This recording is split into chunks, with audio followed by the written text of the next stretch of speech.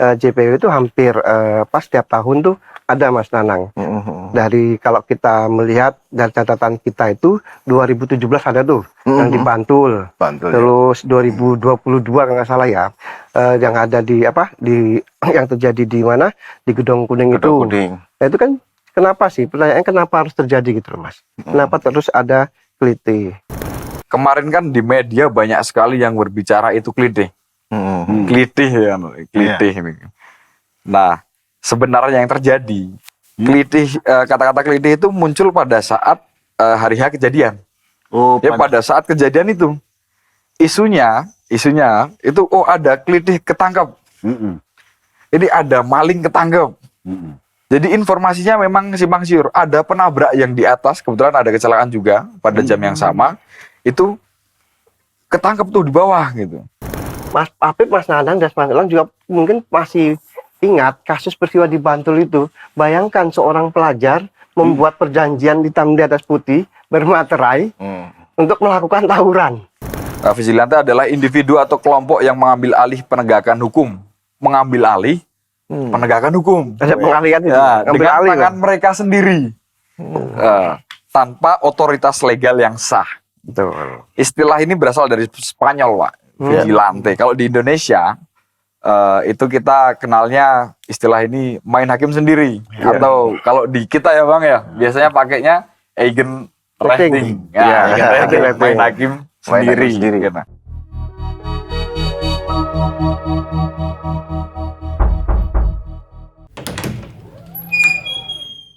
Oke, ketemu kembali di Temu Tamu Podcast.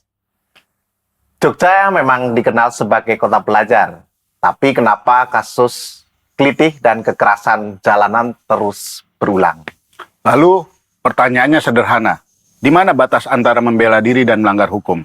Dan di pihak mana hukum benar-benar berdiri? Mantap. Waduh, keren ya. Iya, keren. Sehat? Mantap. Habib? Alhamdulillah sehat. Kita ngobrolin ini, kebetulan kita kedatangan tamu. Gimana kabarnya Bang Baharudin Kambah dari Alhamdulillah sehat. Jogja Polismot ya Bang? Pasti di Jogja Polismot JPW. Sehat Bang? Alhamdulillah sehat Mas Nanang. Mas Apip sehat. Alhamdulillah saya juga sehat. Dapat salam dari teman-teman kita. Oke, siap. Pip, tamu kita juga nggak cuma Bang Bahar aja. Oh ya, ini Siapa ada satu nih. Ini namanya ini kayak seekor burung. Kalau filosofi burung ini nih dia terbangnya sangat tinggi, matanya tajam, cakarnya kuat. Wais. Ini Siapa gerangan? Bung Elang. Iya. Bung Elang ini. Kalau menuki Dapat cengkeramannya Mangsa selalu dapat. Ini Bung Elang dari LBH Al-Kausar ya? LBH Al-Kausar. Saya kebetulan PIC di perkara ini, tapi kalau kantor saya RE Wijaya Partner itu. Oh, RE Wijaya Partner. Tapi untuk kali ini saya mewakili LBH Al-Kausar. Oke, Ya. siap. Mas Elang, Ya. kayak gitu. Sehat ya? Alhamdulillah sangat sehat. Kayaknya kelihatannya sibuk sekali ini kegiatannya. Apalagi senior kita itu, Masya Allah. Bang Baharudin Kambah. Pemerhati. Pemerhati ya. Pemerhati. Tapi tadi tagline kita bagus itu. Maksudnya gini, tadi kan Jogja dikenal sebagai kota pelajar. Betul kan? Dan ternyata banyak terjadi kasus kekerasan di sini. Kan itu tidak menggambarkan kota pelajar kan. Gitu kan. Pelajar yang mengedepankan intelektual kan gitu kan. Nah, di Jogja ini kan juga sering kita dengar rasa kata kelitih gitu. Nah, mungkin ini kelitih ini kan awalnya kalau tidak salah itu keluyuran ya, atau mencari angin gitu ya, Bung Bahar ya. Ya kalau saya sepanjang saya tahu ya, kalau kelitih itu kan bahasa Jawa ya Mas. Bahasa Jawa. Kelitih itu mondar-mandir untuk mencari angin. Namun dalam beberapa waktu terakhir ini mengalami pergeseran makna.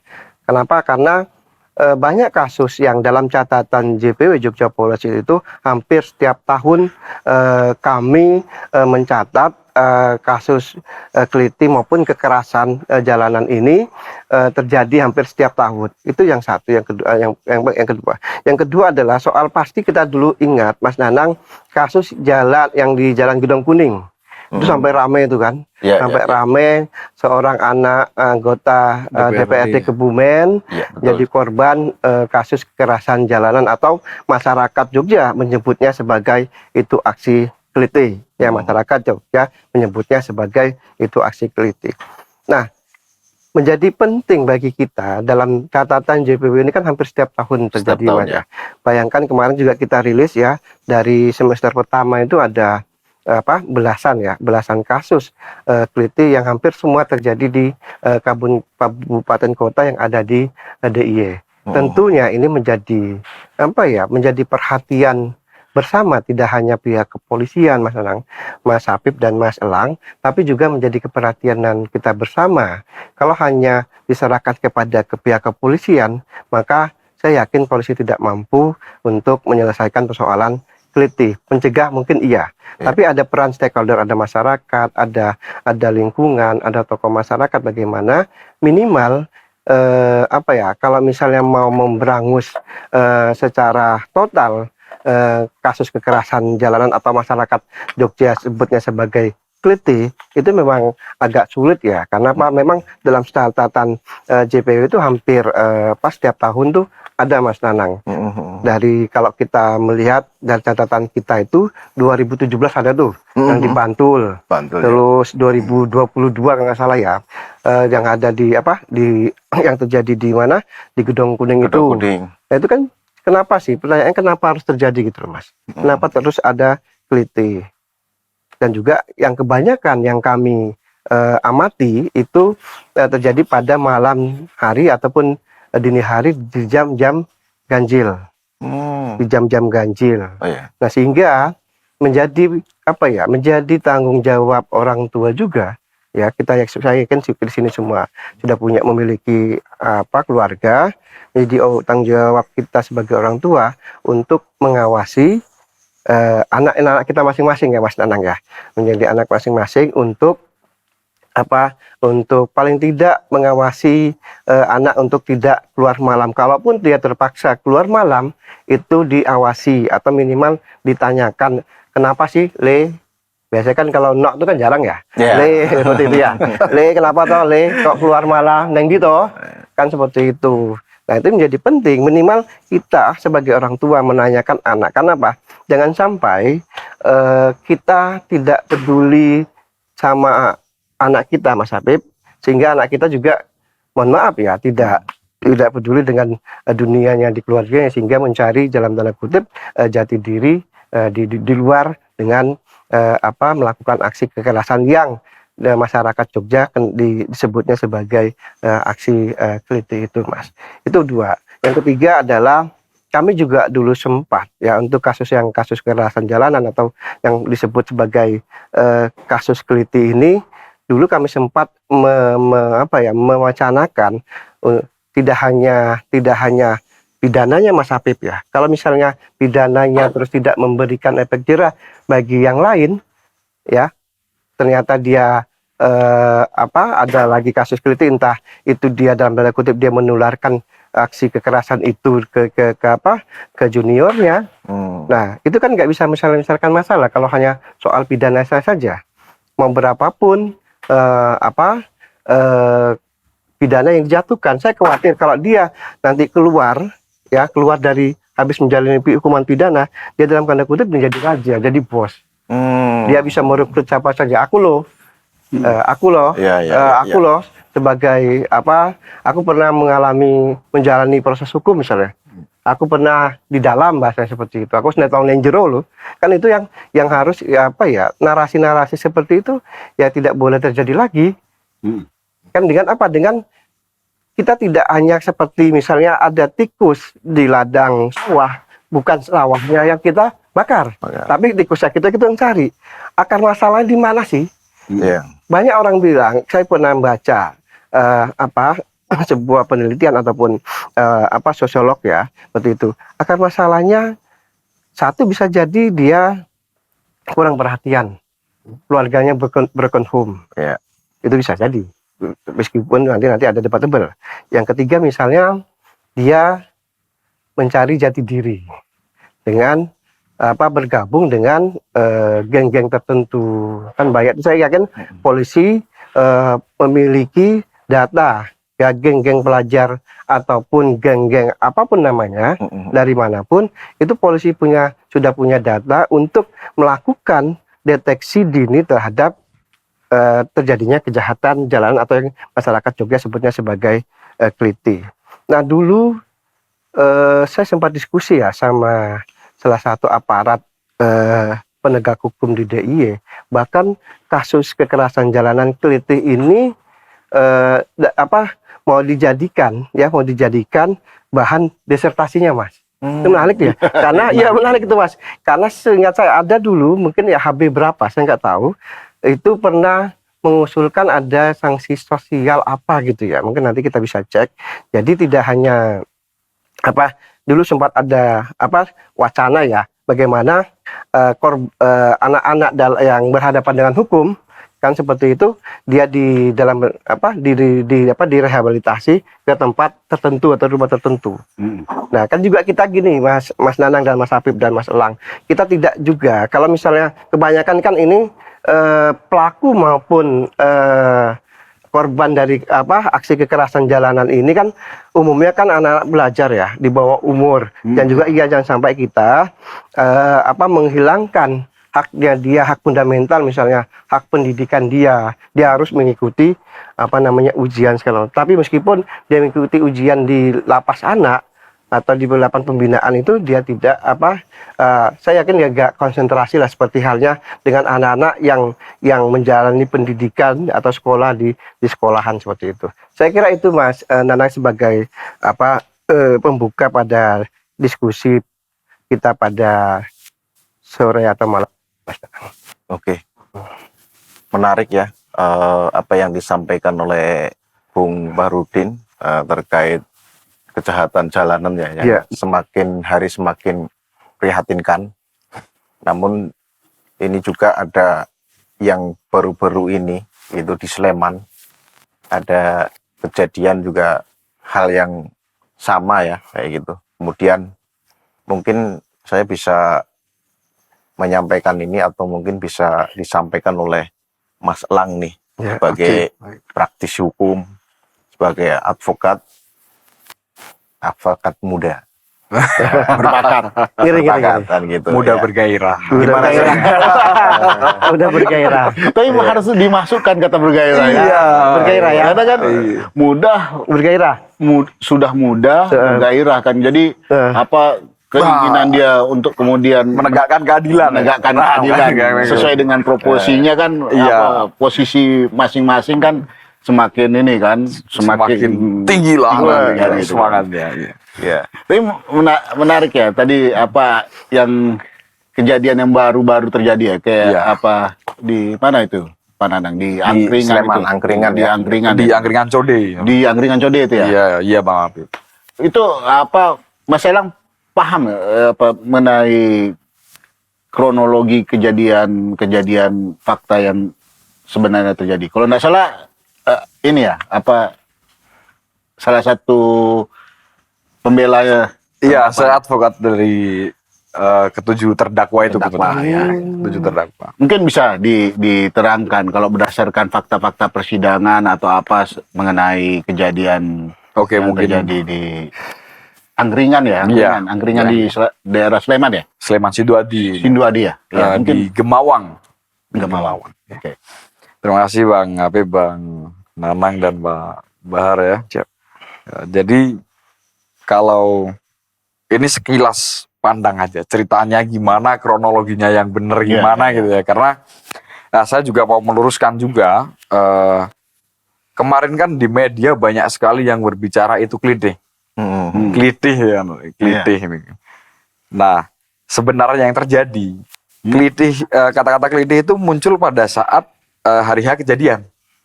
Pada saat kejadian itu, isunya itu ada klitih ketangkep. Ini ada maling ketangkep. Jadi informasinya memang simpang siur. Ada penabrak yang di atas, kebetulan ada kecelakaan juga pada jam yang sama. Itu ketangkep tuh di bawah gitu. Dan ada orang mau tawuran gitu. Itu karena apa? memang banyaknya informasi yang tidak berdasar dan Simpang kebetulan siur, ya simpang simpang siur. siur sekali, dan kebetulan di sana itu Bang Habib ditemukan senjata tajam.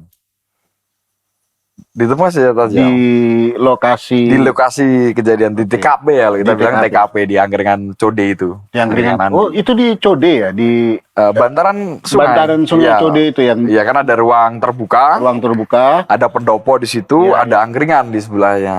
Oh. Nah, ditemukanlah itu senjata tajam. Nah, mungkin karena penemuan senjata tajam itu, kemudian warga yang tadinya dalam bayang-bayang, bayang-bayang ketakutan ya, selama ini ada kejahatan jalanan yang kita dulu sebut itu kelitih karena pergeseran makna, itu bawah sadarnya sudah tidak bisa dikontrol lagi, bahwa oh ini ada segerombolan sekitar 15-an anak dalam satu tempat, kemudian disuruh untuk bubar, tidak mau, kemudian ditemukan itu senjata tajam, yang ternyata ada putusan nomor 393 di PN Sleman juga, yang pada intinya menerangkan mereka, 2 orang itu terdakwanya, sekarang terpidananya atau mungkin sudah bebas ya, itu terbukti menyuplai senjata ke 15 orang itu.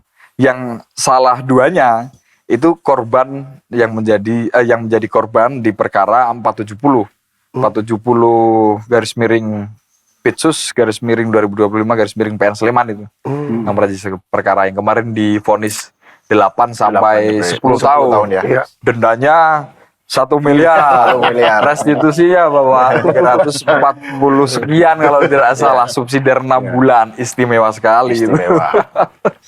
Itu sih Bang. Tapi itu apa ya, sebenarnya fenomenal ya. Ya, fenomenal. Putusan 8 sampai 10 tahun, terus kemudian ada denda hingga 1 miliar. Ya. Kalau menurut Mas Elang nih, Oke. itu pandangan Mas Elang sebagai praktisi hukum atau advokat itu seperti apa, Mas? Menarik sekali ini Mas Nanang. Jadi kalau saya Menarik ibarat- atau berat itu? itu Kayak bergairah. tapi karena gairah yang masih Lagi semangat Advokat muda, advokat muda. aturan muda yang bergairah itu. Jadi kalau menurut saya ini kita wajib mempertimbangkan dan melihat perkara ini dengan holistik integral, jadi keseluruhan, komprehensif. Iya, Ya, iya, iya. Tidak bisa secara parsial. Ya. Kalau kita parsial itu sama saja kita menjauhkan dari keadilan. Iya. Sekarang kondisi terdakwa itu 7 terdakwa itu memang orang yang memiliki SKTM, surat keterangan tidak mampu. Jadi ini sudah menjadi awal daripada harusnya dasar untuk memutuskan perkara ya. Iya. Orang yang tidak mampu dikenai denda sebegitu besarnya, kemudian ditambah pembayaran atau penggantian kerugian. Iya. Nah ini adil atau tidak, kami kembalikan lagi ke masyarakat, nanti menilainya bagaimana. Iya, Gitu. iya, iya, Tapi kalau saya pribadi ya, sebagai advokatnya, sebagai kuasa hukumnya, saya menilai itu sangat berat. Apalagi yang dijalankan putusannya itu ada 8 tahun 10 bulan untuk 3 terdakwa, 9 tahun untuk 2 terdakwa, dan 10 tahun untuk 1 terdakwa. Mau dapat uang dari mana? Ya. Itu kira-kira yang harus dipikirkan bersama. Ya. Itu subsidiarnya 6 bulan. 6 bulan. Waduh, istimewa. Lumayan. Berarti juga ya. kalau dia tidak bayar 1 miliar itu Suder. subsidi 6 Pidana bulan pengganti. gitu. Iya, itu atau mungkin restitusinya yang tidak dibayar, kemudian yang 6 bulan itu baru Ini ya. ditambahkan ke masa hukumannya. Tapi itu bukan kualifikasi apa kelitih ya, karena itu mereka awalnya itu hanya berniat untuk melakukan tawuran ya. Jadi, Tawuran. tawuran antar geng apa antar sekolah itu. Antar sekolah kalau Kalau- pemahaman kami. Paman Mas Erangnya antar sekolah ya. Iya. Itu ada di dakwaan terus dia ya. Nah, di perkara 393 itu 393 itu yang penyuplai senjata ya. Nah, kalau di sini ada penyuplai senjata, berarti kan kita bisa ketahui bersama ya Bang Bahar, Bang Nanang dan Bang Apip, bahwa ini sudah direncanakan secara sistematis. Iya. Segawat itu sekarang. Ya. Tawuran sudah direncanakan secara sistematis. Ada supplier senjatanya kalau kita bilang yang drop off senjata, iya kan? Itu jadi barang buktinya itu dipinjam itu dari perkara 393 yang membawa senjata tajam tanpa izin, kemudian digeser ke perkara 470 yang punggung itu, Iya. yang mengakibatkan dua Dua orang mati. Yang meninggal. Dua orang Satu ya, meninggal, luka-luka. satu sakit, satu luka berat. meninggal dunia atas nama almarhum Tristan dan yang satu Sakal Bukhari luka Berat. Iya. luka berat. Tapi sebelum lebih lanjut lagi, saya sebagai kuasa hukum mewakili keluarga juga menyampaikan belasungkawa yang sedalam-dalamnya kepada keluarga korban. Semoga diberikan tempat yang terbaik di sisinya dan kemudian untuk Masaka untuk segera bisa pulih menjalankan aktivitas kembali. Kami memahami bahwa kehilangan seorang anak itu memang tidak tergantikan oleh nominal berapapun itu. Iya. Kalau ditawarin anak kau saya beli 1 miliar tapi saya bunuh, gue tumbal misalnya, itu nggak ada yang mau Pak. Saya yakin itu. Kecuali orang yang sudah ada patologi sosial di sana, patologi psikis Nah itu kami tegaskan bahwa kami juga menyesal. Ini adalah tragedi kemanusiaan yang harus kita ambil sebagai pembelajaran yang sangat luas ya, seperti yang Bang Bahar tadi sampaikan. Bagaimana nanti orang tua itu bisa mendidik anaknya lagi, melakukan pengawasan, pembinaan, pendidikan, dan juga pencegahan supaya hal-hal seperti ini tidak terjadi lagi. Ya. Nah, itu harapan kami bersama ya, kita bersama ya mungkin ya. Ya, saya tertarik ya apa yang disampaikan oleh Mas Elang tadi. Ada penyuplai senjata tajam, itu bisa dipertanggungjawabkan ya. Dipertanggungjawabkan. Bisa dipertanggungjawabkan. Artinya itu juga perlu pihak kepolisian perlu menelusuri itu, Mas Habib, Mas Nanang. Penyuplai itu kan bahasa ya udah yang menyuplai seperti itu senjata. Kalau itu memang betul dan bisa dipertanggungjawabkan sama Mas Elang. Saya Tapi begini, berapapun jumlah nominal denda maupun restitusi tidak bisa mengembalikan Tristan seperti itu. Kan itu juga harus dipahami rasa kebatinan seorang orang tua, kita sebagai orang tua. Berapapun itu, mau 1 miliar, mau berapapun itu tidak bisa menggalikan nyawa seorang Tristan dan juga Saka yang sekarang dalam masa pemulihan atau masa sakit, sekarang masih kondisi sakit, recovery seperti itu. Nah, itu satu. Yang kedua, saya tertarik soal misalnya tadi kalau misalnya ada saya sempat dengar tadi saya di cross check adalah soal ada nih upaya pembubaran yang dilakukan oleh masyarakat sekitar ya. Saya nggak tahu apakah bagian masyarakat itu 7 dari terdakwa atau ada yang lain. Itu juga perlu dipertegas ya. Kalau misalnya sudah sudah dibilang bubar tapi nggak mau bubar, bahkan ada upaya, kalau saya lihat video itu ada upaya yang ada penganiayaan di situ. Itu nggak bisa dibantahkan. Artinya penganiayaan itu ada yang Mas Elang. Ada. Artinya ada penganiayaan itu dan tadi itu juga jangan sampai terjadilah seperti itu. Itu kan fenomena yang menurut saya meminjam istilah sosiolog UI Mbak Devi Ramawati yang memang begini. Ada istilah rimba sosial, Mas Nana. Ya. Rimba sosial yang dimana kita sebagai orang kampung di situ, istilahnya akamsi, menangan di situ tuh. Mau kita menurut kita benar, tapi ketika kita berhadapan dengan orang-orang sekitar kampung, kita udah kalah duluan itu. Meskipun kita kalah, menang nih. Kita sudah merasa benar ini. Tapi kan dengan ada hukum rimba sosial itu, sehingga kayak ibaratnya begini. Motor kecelakaan, motor dengan sepeda, yang menang sepeda. Motor dengan mobil, yang menang motor. Ataupun sebaliknya. Itu kan ada hukum rimba sosial yang menurut saya tidak boleh lagi terjadi di Republik yang kita cintai ini, yang sudah berusia 80 tahun lebih. Hukum rimba sosial. Kita sebagai warga negara juga membayar pajak.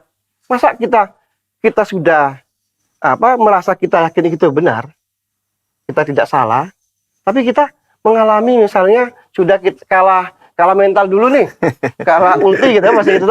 Masa kita sudah harus ada hukum seperti itu, motor dengan sepeda yang menang sepeda. Kan gitu Mas. Kan nggak boleh seperti itu. Kita lihat dulu loh konteksnya secara komprehensif dalam kasus misalnya kecelakaan lalu lintas. Jangan sampai nanti kita mentang-mentang orang di situ, masyarakat di situ, terus kita padahal kita sudah salah, tapi dengan itu tadi hukum rimba sosial itu berlaku seakan-akan ya udah, kenapa gua anak di sini kok, kenapa lu? Tapi gini, Mas Iya. Bung Bahar, Iya. ini kan saya pengen minta pendapat dari Bung Bahar. Ini kan ada faktor ini ya. Ini satu, ada dua kekerasan yang terjadi ya kalau berdasarkan dari cerita. Iya. Satu adalah pertama geng pelajar yang hendak melakukan tawuran. Itu berarti kan mereka akan melakukan kekerasan di situ kan. Yang satu sisi ada juga sekelompok orang yang mungkin karena faktor traumatik ya dengan bayang-bayang ketakutan kelitih itu, yang kemudian juga melakukan kekerasan. Padahal fakta kekerasan itu belum terjadi. Dan dia melakukan kekerasan tersebut karena adanya berita yang simpang siur. Ya, benar. Ini apa fenomena mengenai kekerasannya, apa yang mengakibatkan itu? Ya, ada kalau Mas Reza Indragiri bilang, seorang psikolog forensik, ada tingkatan-tingkatan emosi namanya. Tingkatan emosi saya lupa ya, ada 5 ya. Nah, mungkin masyarakat pada saat itu termasuk 7 terdakwa itu dia memiliki tingkat emosional yang lebih atau dia bisa juga mengalami dia dipengaruhi nih, wah ini digebukin aja segala macam. Saya nggak tahu peristiwa hukumnya yang pastinya seperti apa,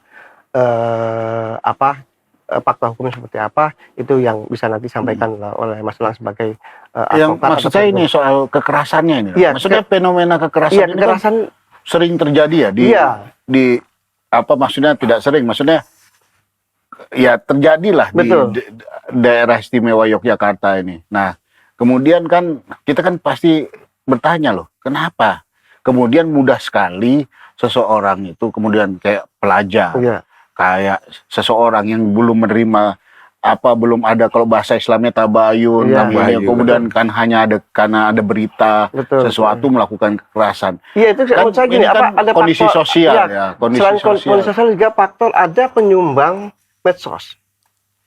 Mas Apip, Mas Nanang, dan Mas Elang juga mungkin masih ingat kasus peristiwa di Bantul itu. Bayangkan seorang pelajar membuat perjanjian hitam di atas putih bermaterai untuk melakukan tawuran. Pernah terjadi loh tuh untuk melakukan duel. Saya baru dengar. Iya, pernah terjadi tuh untuk melakukan duel di Bantul. Ya, ada ya Mas ya. Ada. Itu pernah terjadi Mas Apip. Iya. Bayangkan kita sebagai orang dewasa saja melakukan itu aja mikir. Ini mereka sebagai seorang pelajar, ya remaja, melakukan perjanjian hitam di atas putih untuk melakukan tindak kekerasan. Duel. Seperti itu. Pokoknya kalau siapa yang meninggal, siapa yang luka parah tidak saling menuntut. Iya. Baik pidana maupun perdata. Di matre ya Bang ya. Itu loh. Kan itu kan sesuatu yang fenomena kok kita senakal-nakalnya saya nggak begitu amat lah bahasa seperti itu.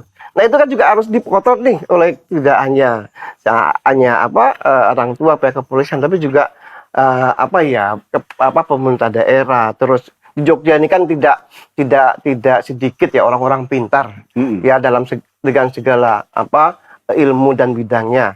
Kalau seperti itu kok wani tenan ya? Iya. Gitu Mas. Kok berani benar ya orang melakukan, seorang remaja ya, pelajar ya, berbuat janji hitam di atas putih untuk melakukan tindak kekerasan, duel itulah, tawuran. Nah, itu satu. Yang kedua, saya kembali lagi ya dalam konteks ini ya, secara umum aja, nanti Mas Lang khusus yang kasus yang ditangani ya seperti itu. Ini kan ntar lagi pekan depan itu memasuki bulan puasa. Senin anak-anak sudah libur, mereka belajar di rumah. Itu juga harus diwaspadai. Dulu kita sering dengar tuh perang sarung tuh. Perang sarung, sarung diisi batu. Iya. Masa bangga tuh. Perang mercon. Nah, perang mercon segala macam. Itu kan janganlah terjadi. Itu kan nanti terjadi kayak gini-gini terus. Kenapa sih kita Jogja yang kita cintai ini ya? Kenapa harus dengan kekerasan terus? Saya nggak tahu apakah itu salah satu faktor orang untuk berbuat atau tidak berbuat karena faktor media sosial, faktor teknologi yang semakin cepat dan sangat mudah orang usia siapapun ya, usia berapapun itu bisa mengakses ya kekerasan baik di dalam negeri, di media digital, sosial, terus media teknologi ataupun itu loh Mas. Orang semua bisa mengakses loh. Anak kecil juga bisa mengakses. Dia meniru. Ya. Bisa meniru apa yang dilakukan. Orang aja ke anak misalnya kita bisa cek ya. Sekarang anak-anak tuh lebih pintar daripada orang tua Mas Apip, Mas Nanang. Ya toh, Ya, dia semuanya paspor kan loh. sekarang teknologi. By teknologi. Iya tapi teknologi dia melakukan apa di laut itu. Ya toh, orang tua misalnya mengecek tuh paspor kan di paspor tuh. Apanya di paspor? Bagaimana orang tua bisa? Atau bisa aja kita nanti bisa. Sekarang tuh ada yang sudah misalnya kita bisa mengeling WA anak itu kan bisa kita pantau anak ngapain aja sih. Tapi kan yang anak-anak itu kan nggak semua menerima Mas Apip, Mas Nanang. Merasa risih loh, ngapa sih? Gue sudah gede nih. Ngapain nggak diawas-awasi? Diawasi orang tua. Diawasi orang tua. Nah, sehingga itu loh Mas, saya khawatir ya. Sehingga mudah-mudahan dengan diskusi kita di podcast ini memberikan pencerahan tidak hanya kepada aparat penegak hukum, tapi juga kita sebagai orang tua untuk koreksi diri seperti itu. Bagaimana kita melakukan pengawasan anak kita sendiri. Kan pasti kita tanya tuh, jam 10, jam 9 malam, kok nggak ada, kok belum pulang atau seperti apa kan juga. Masyarakat juga berperan ya Bang ya? Ya makanya masyarakat juga berperan untuk melakukan pengawasan terhadap anak-anak masing-masing lah kita seperti itu. Dan yang penting juga jangan melakukan hakim sendiri. Oke, Bang. Seperti itu. Menarik sebenarnya pembahasan ini. Kebetulan di Temu-Tamu Podcast ini kan para pendengar, pemirsanya itu ada kaula muda dan kaula tua. Betul. Sebenarnya pembahasan hal ini bisa tersampaikan lah ya kepada para tamu-tamu di luar sana terkait edukasi hukum tentang bahwa masyarakat kita memang masih minim ya terkait sadar hukum. Nah, sadar hukum. Apalagi tadi ada kasus kekerasan yang kemudian pelakunya atau korbannya anak-anak yang kemudian secara edukasi hukum itu masih minim sekali. Sangat minim. Yang harus bertanggung jawab adalah kita semua, stakeholder baik aparat penegak hukum, tokoh masyarakat, pemerintah, para praktisi hukum seperti Mas Elang, terus lembaga swadaya masyarakat juga memang ya seharusnya Jogja itu saya berharap nih ya, saya berharap ada suatu entah itu namanya bentuk lembaga atau paguyuban atau apapun namanya itu bisa mengedukasi kepada anak-anak kita tentang sadar hukum, melek hukum. Nah itu yang sangat penting. Kemudian kembali lagi nih, Bang Bahar, Mas Elang, kejadian yang di Sleman itu ya. Terus apa sih yang hendak Mas Elang sampaikan biar masyarakat itu ya, baik masyarakat yang menjadi korban atau yang pelaku, biar nanti ke depannya Jogja itu tidak ada lagi kekerasan atau main hakim sendirilah bahasanya. Mungkin Mas Elang. Vigilante ya Bang ya. Vigilante. Kalau kita bilang vigilante. Vigilante itu ada di motor tertua. Menarik juga ini Bang. Jadi kita mungkin kalau istilah main hakim sendiri gitu sudah banyak sekali kita dengar ya Bang ya. Betul. Vigilante itu kan kalau di sini kita bisa baca, vigilante adalah individu atau kelompok yang mengambil alih penegakan hukum. Mengambil alih penegakan hukum. Pengalihan itu. Dengan tangan mereka sendiri. Tanpa otoritas legal yang sah. Istilah ini berasal dari Spanyol, Pak. Vigilante. Kalau di Indonesia itu kita kenalnya istilah ini main hakim sendiri. Atau kalau di kita ya Bang ya, biasanya pakainya agent rating. Main hakim sendiri. Ini ternyata ada beberapa karakteristik vigilantisme.